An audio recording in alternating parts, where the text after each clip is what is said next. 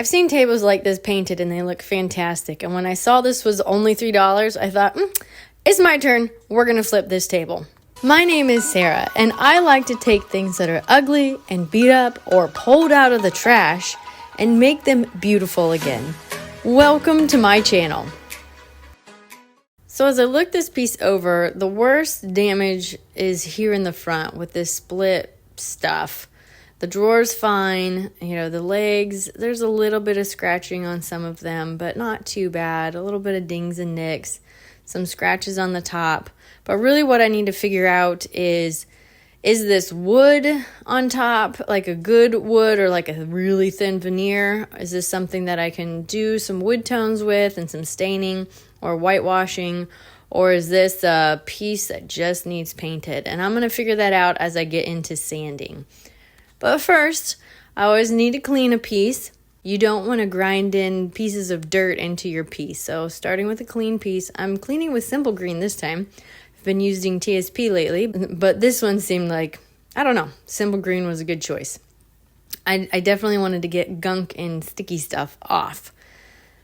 Once I got everything cleaned up and then wiped down with a wet rag, I'm ready to start sanding. I chose to start with a drawer because this one is most likely going to be solid wood. Just use 120 grit sandpaper and see if I can knock this varnish and stain down and see what I have underneath. I'm pretty happy with what I found. However, my biggest concern is the imprint of the handle into the wood. And this is very common with these, I don't even know what this handle design is called, but they're in all the old pieces, like all of them. But the points and tips dig into the wood and then they leave a residue. And I honestly don't know how to get it out. I also need to come in and sand by hand the little fine edges. And I was pleased with what I saw there. So that was good. This has the potential of being whitewashed or stained. Now we need to see what the top does when I sand it. So again, I used the 120 grit sandpaper. I think I decided it wasn't kicking enough off, so I switched to a lower grit, like 100 grit sandpaper. And because that varnish is intense, that was some shiny stuff. I wiped it down and I decided it's a very, very thin veneer.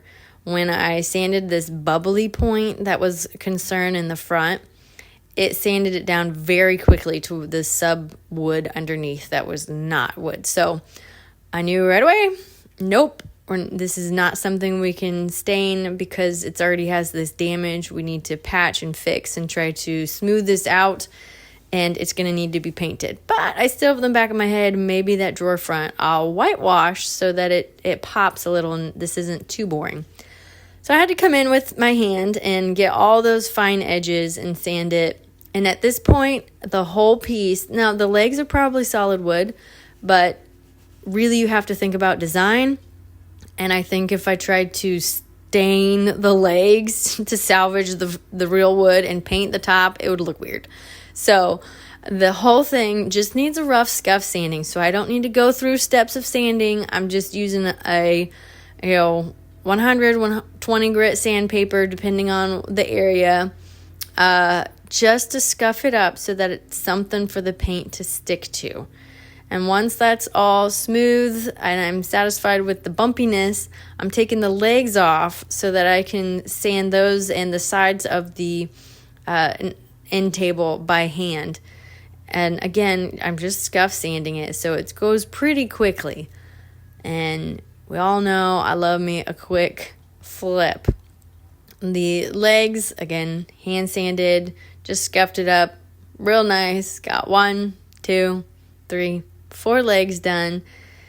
I did go back with a more fine grit sandpaper and just touch up the drawer front because I do want this to look, kind of get a little more of the darkness off of it. So when I've decided to do a wash on this, that it looks really nice.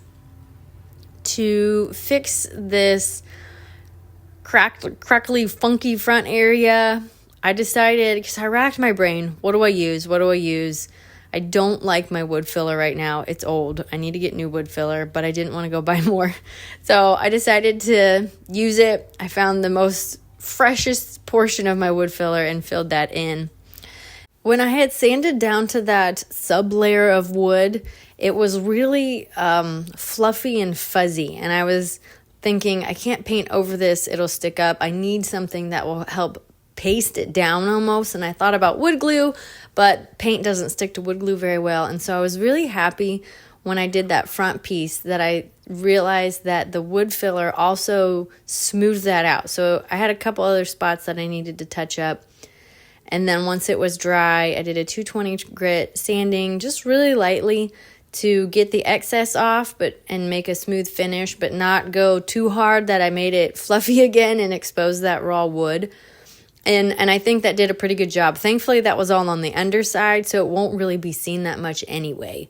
And I also wanted to help seal the top side. I guess that was a little fluffy, but not near as bad as the bottom. And sanded that down, and I don't know, it helped a little, I guess. It wasn't that fluffy, so it was fine. Now, because I want stuff to stick and I don't want bleed through, not that this is mahogany, I think that's the wood that really bleeds through. I actually don't know what this wood is, so maybe it is. I don't know. But it's dark, and if you saw my dining room table flip, the craft table flip, I had issues, and I'm trying to mitigate that. So I'm spraying from the get-go this shellac on the whole piece, except for the drawer front. So everything that I'm painting is getting a coat of shellac so that there's no bleed through and that my paint will stick. I also made sure that this was not a super humid day, because that will ruin things. I learned the hard way that if your shellac doesn't dry properly, then when you go to paint, it's going to crack the paint and it's going to look all funky. So I made sure a nice cooler day, not very humid, and I gave it a long time to dry. Back to this hardware. I was torn. So because of the indentations in the drawer front, I'm thinking maybe I have to keep the hardware because I'm not filling the holes in painting, and I don't know. So I found a can of spray paint that's kind of a tannish brown. I thought, oh, maybe this will look cool, kind of, maybe it'll work. But the paint looked terrible, and it was splotchy, and I thought, no, that's not good. So I took it inside and boiled it in some vinegar water to strip that paint back off. And I thought, maybe I'll try some antiquing wax or something. But at this point, I thought, this hardware does not look nice. When I see pictures of flip furniture and they're trying to modernize things, but they use that old hardware, it doesn't work. So I decided to go to the hardware store and see if I could find another handle that was a little more modern looking, but had the exact same width, because the holes in the drawer are like inset. And so filling I can't fill it because I want to whitewash it. So I can't move the holes. It has to be the same size. So to me, it felt like a stressful pain, but actually I found a handle that I liked. So it was fine. Once the shellac was dry, I brought it inside and just wiped everything down so I had a nice clean surface. And I'm using Fusion Mineral Paint's Cathedral Taupe for this piece. I really liked it on the coffee table I did, so I want to try it on something else. I like the kind of warmer, it's still kind of a gray tone actually, but I'm pouring it into an extra cup and I'm trying to pour only what I need because I don't want to pour anything back and get little flecks of dirt into my original paint. Now I am starting upside down. I'm only going to paint one coat of paint on the bottom side of the tabletop, and then the sides I'll do a second coat, but that bottom side's not going to be seen. It just needs a coverage to conceal the wood.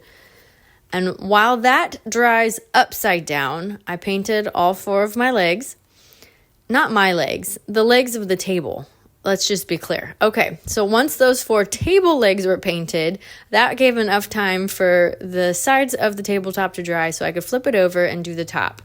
And, I rushed through this painting a little bit more than I did with the dining room table flip because this is a cheaper piece. I'm not going to get much out of it for resale. So I'm just trying to make it a quicker flip, but I could tell a difference in the paint strokes on the legs and stuff. So taking your time does pay off for quality of work afterward. Anyway, Once I had the tabletop painted, I did go through and do a final sweep through of the brush strokes to kind of get them all laying in the same direction. Now, with the little itty bitty bit that was left in my cup, which was pretty much just on the bottom and the sides, I added water to it to give me my wash. You know, trying to be smart, don't waste any paint. I hate wasting expensive paint and good quality stuff. You don't want to throw it out in the drain. So I put a layer of this wash on, wiped it off. I actually decided, I held it up to the tabletop and decided, I think I want it to go a little darker. So I did a second wash while it was still damp. I didn't let it dry. And then I liked the way that looked. Now, this whole time I'm trying to decide, am I going to distress this or am I going to leave it solid? So here's me trying to decide, with the legs on, does it look like I need to distress it or should I leave it solid? And I was going to distress it. And then I decided not to because A, it's work. B, I'm not very skilled at it, so I'm not confident in it. And C, I thought it looked good with it plain, and that's what I like. So I did do a little scuff sanding. Scuff sanding's not the right word. Smooth sanding, just to get little bumps out. You know, dust can fall into your paint or whatever. So on the legs and the tabletop, I just made sure everything was smooth and clean before going in for that second coat of paint. So, funny story, even though I did all that work with the shellac to make sure my paint stuck, I had it in the back of my mind that it didn't. And I saw a video that someone tested their paint with a scratch test, and I thought, I didn't do that, I need to do that. And I woke up at 5:30 in the morning on a Saturday going, I have to test this and make sure that my paint stuck, because if it didn't, this is ruined and I have to start over. And that is so disheartening. So I went out to the garage and did a scratch test, and sure enough, it held. You can't imagine how excited I was that I don't have to redo this. It worked. It's good. We're fine. So now that I knew that, I just need to clean stuff off because when it sits overnight, you don't know what ends up on it. And gave everything a wax top coat. And just like in my other videos, you wax on, I let it sit, I cover everything in wax, and then I come back in with a rag, similar color to my paint. I buff it off and kind of buff it out until it doesn't feel so sticky, but kind of gives a nice sheen to it. I rubbed on a nice layer of Howard feed-in wax on the inside and outside of the drawer, and then on the underside of the tabletop and the drawer glides, I put a nice layer of that on just to help hydrate the wood so it's refreshed and smells nice.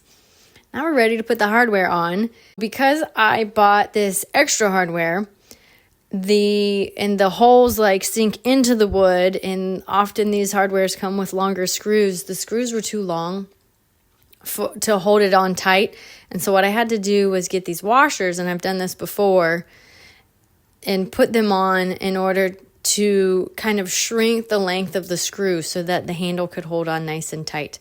And once they're nice and tightened on, we're good.